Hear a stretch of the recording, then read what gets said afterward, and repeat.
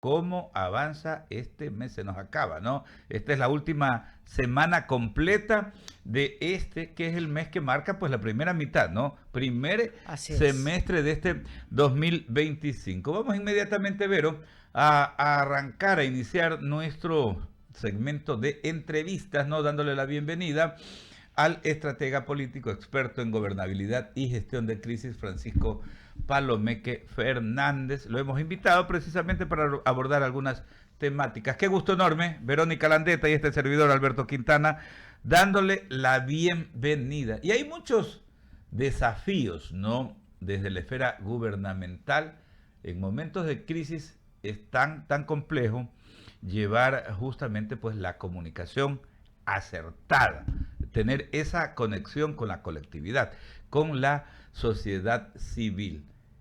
¿Qué identifica usted principalmente como desafíos desde la visión, ¿no? Desde la visión del análisis? Bienvenido. Verónica, Alberto, muy buenos días, gracias por la invitación y a todos los radioescuchas que están en este momento conectados, ¿no? Bueno, en primer lugar, gracias por esto. Quiero decirles que el tema principal, valga la redundancia de hablar de comunicación, es comunicar. Y yo creo que las acciones que toma la presidencia de la República, eh, a veces carecen de expansión comunicacional. Yo creo que lo primero que debe de hacerse es comunicar y hacer entender a la ciudadanía que solo existen dos modelos con los que se puede enfrentar a la delincuencia hoy en día, o dos modelos aquí en Ecuador. El un modelo para combatir a la delincuencia fue el que durante muchos años, trató a la delincuencia de tal manera que lo que hizo fue crear una siembra delincuencial que hoy en día estamos cosechando. Y la segunda forma es combatirlo como se lo está combatiendo ahora, es decir, tratando de eliminar esa cosecha que durante años se dio. Entonces, frente a esto, eh, a veces hay un malestar en la ciudadanía que es comprensible, o sea, con tantas situaciones que existen hoy en día, porque es verdad, estamos en un proceso de guerra interna, pero no se ha explicado bien el origen, y el origen hay que explicarlo, porque pareciera que los que hicieron la siembra también quieren encargarse de la cosecha, y no es así. Los que hicieron la siembra delincuencial durante tantos años, debido a las leyes, debido a la situación, o sea, eso existe. Nosotros no estamos aquí producto de la fortuna o de la suerte o de la mala suerte. Estamos aquí porque hubieron actividades y hubieron leyes que comenzaron a sembrar lo que hoy tenemos. Y hoy lo que debemos saber para que se sepa cómo se maneja esto es que hoy, por ejemplo, hay 37 entre GDO, GDTO y todos estos grupos. Son 37 agrupaciones criminales.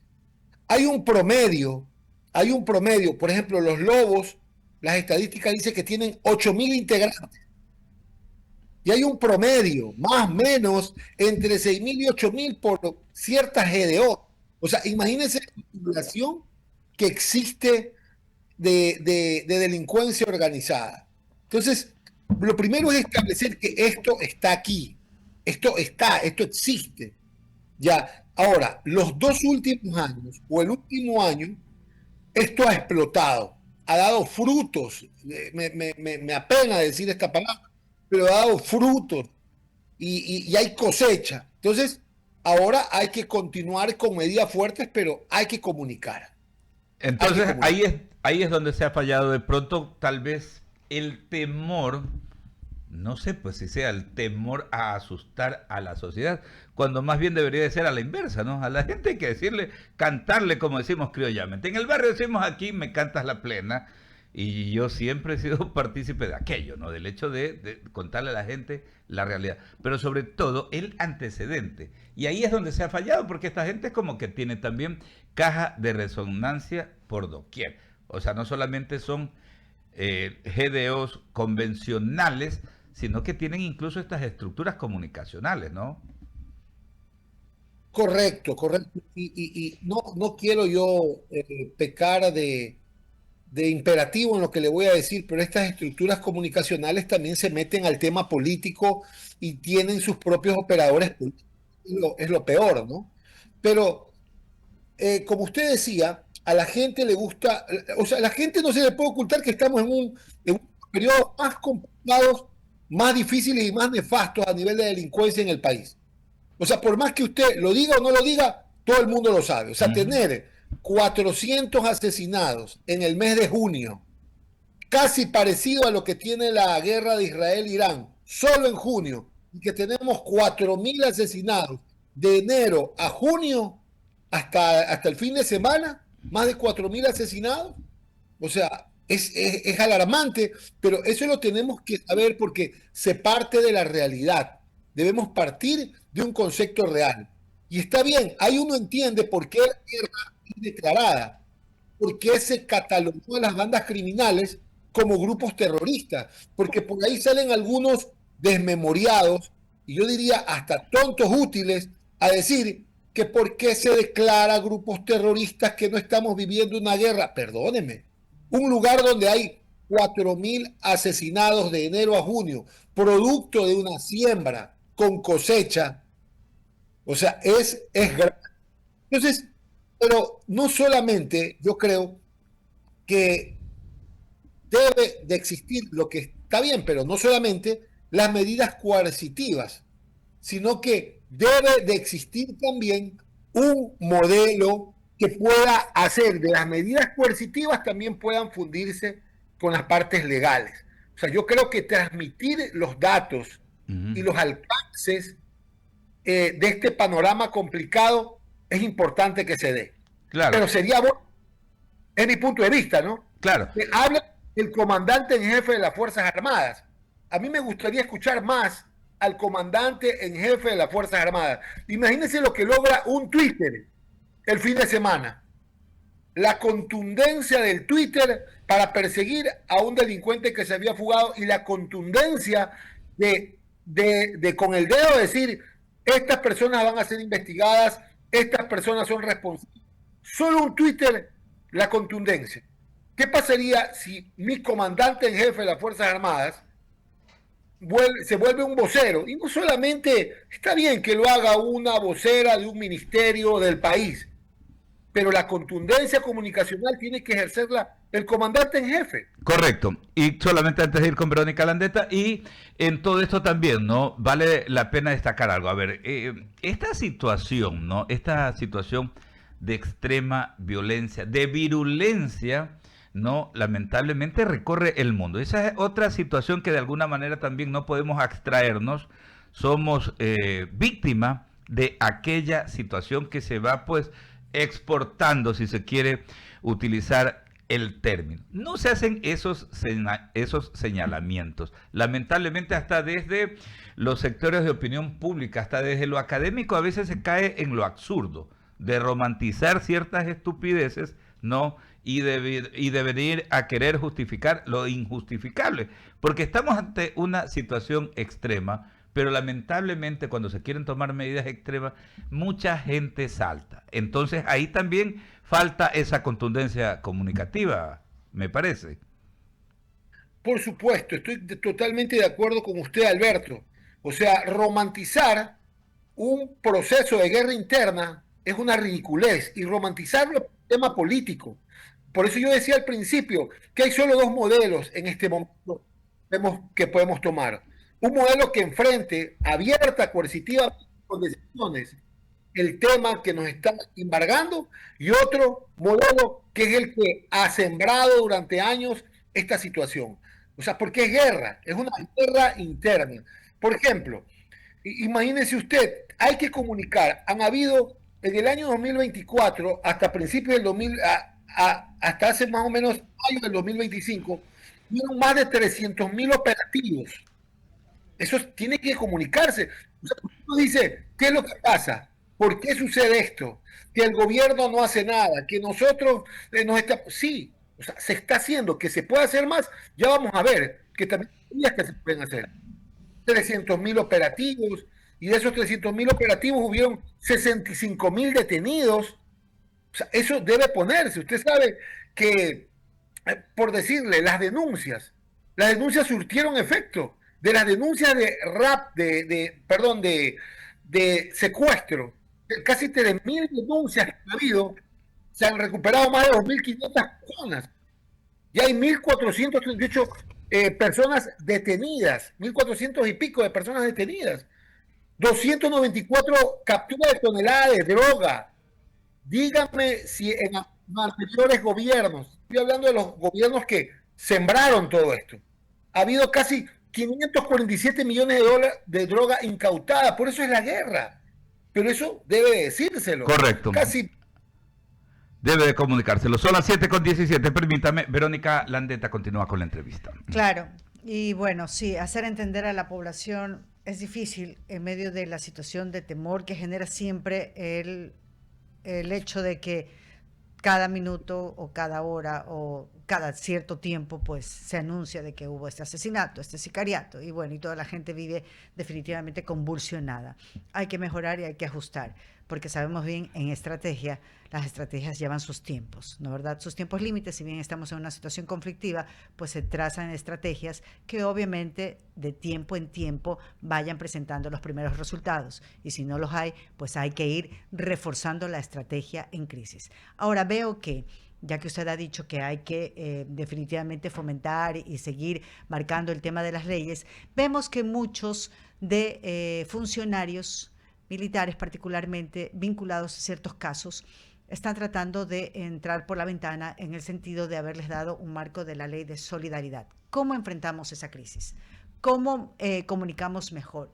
Y lo que es propio y óptimo, cómo realmente demostramos y le hacemos ver a la gente que no se está cayendo otra vez en una situación compleja, de abrirles la ventana a ciertas personas que están involucrados en ciertos procesos muy particulares, no los voy a mencionar, para que puedan salir con salvedad de acuerdo a lo que ya se ha aprobado en la legislatura o se está debatiendo.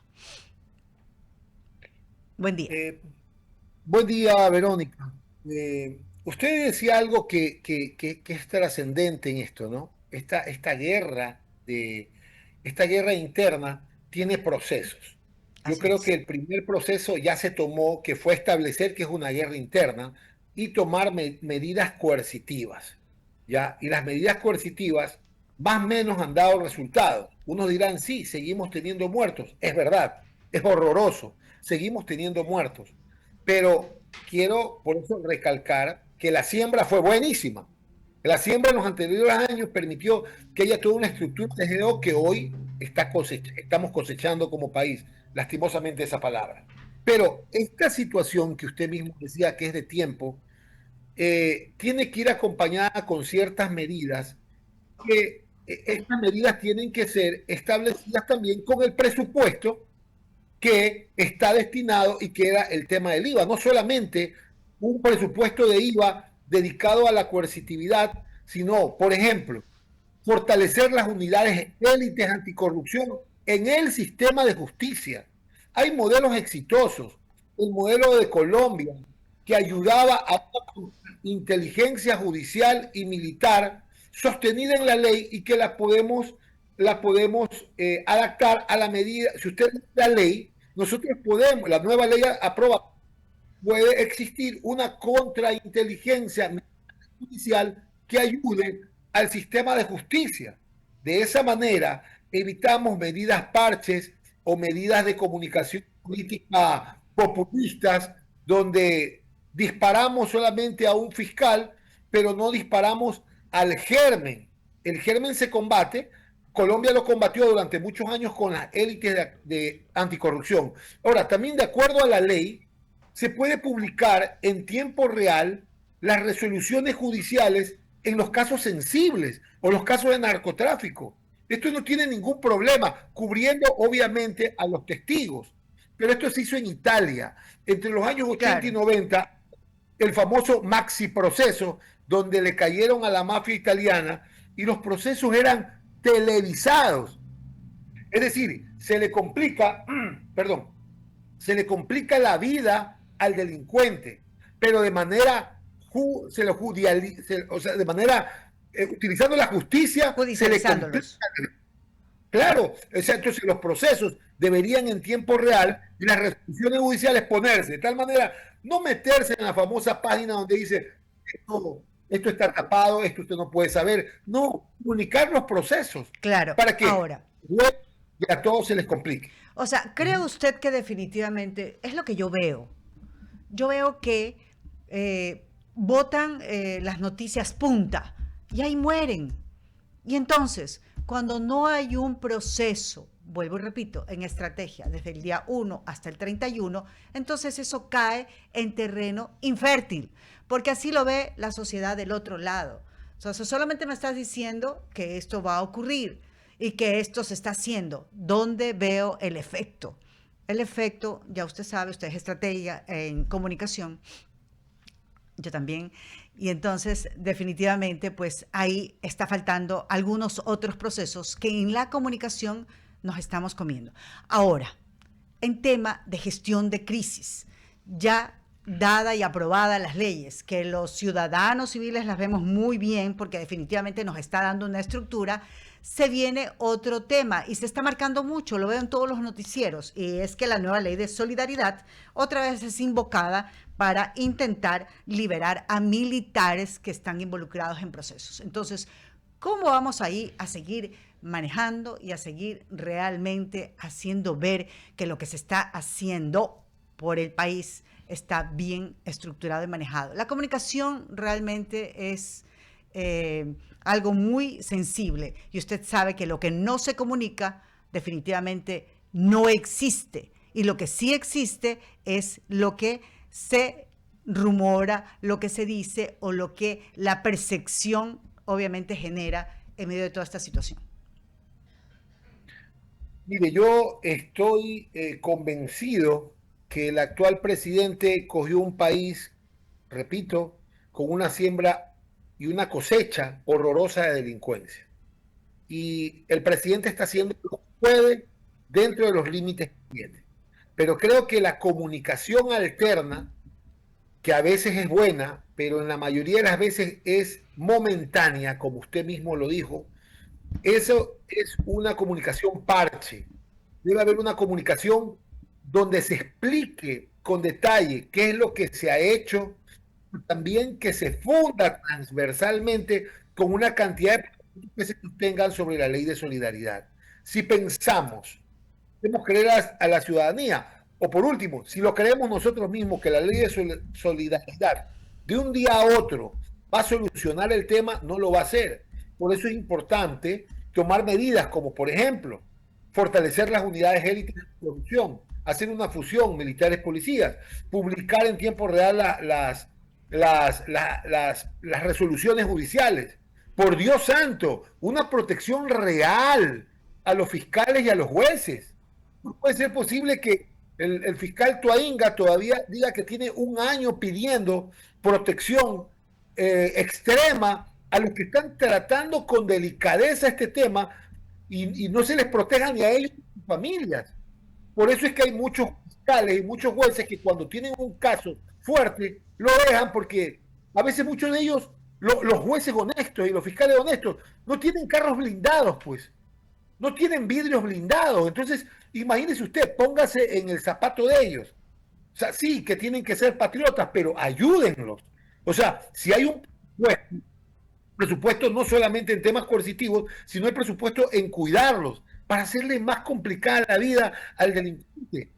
Las auditorías patrimoniales, correcto, está bien. Esa es una medida que, por ejemplo, se tomó en Rumanía hace casi 10 años y resultó porque 400 jueces cayeron en esas medidas cruzadas patrimoniales.